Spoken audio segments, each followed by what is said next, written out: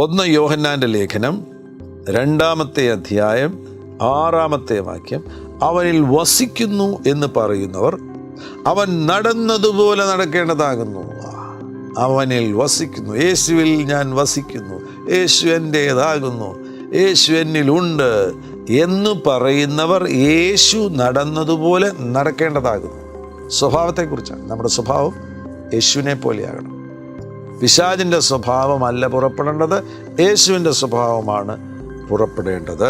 ഫിലിപ്പിയ ലേഖനം 2-ാമത്തെ അധ്യായം 3 മുതലുള്ള വാക്യങ്ങൾ ശ്രദ്ധിക്കുക. ശാഠ്യത്താലോ ദുരഭിമാനത്താലോ ഒന്നും ചെയ്യാതെ. അപ്പോൾ ശാഠ്യവും ദുരഭിമാനവും പിശാചിൻ്റെ സ്വഭാവമാണേ.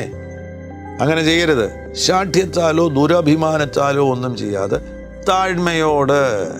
യേശുക്രിസ്തുവിൽ ഉള്ളവർക്കെല്ലാം ഉണ്ടാകേണ്ട ഏറ്റവും പ്രധാനപ്പെട്ട ഒരു ഗുണമേന്മയാണ് ഹ്യൂമിലിറ്റി, താഴ്മയോട്. ഓരോരുത്തൻ മറ്റുള്ളവനെ തന്നേക്കാൾ ശ്രേഷ്ഠനെന്ന് എണ്ണിക്കൊള്ളുവീൻ. ഏറ്റവും പ്രധാനപ്പെട്ട ഒരു കാര്യം കൂടെ പറയുന്നു, മറ്റുള്ളവരെ ശ്രേഷ്ഠരെന്ന് എണ്ണണം.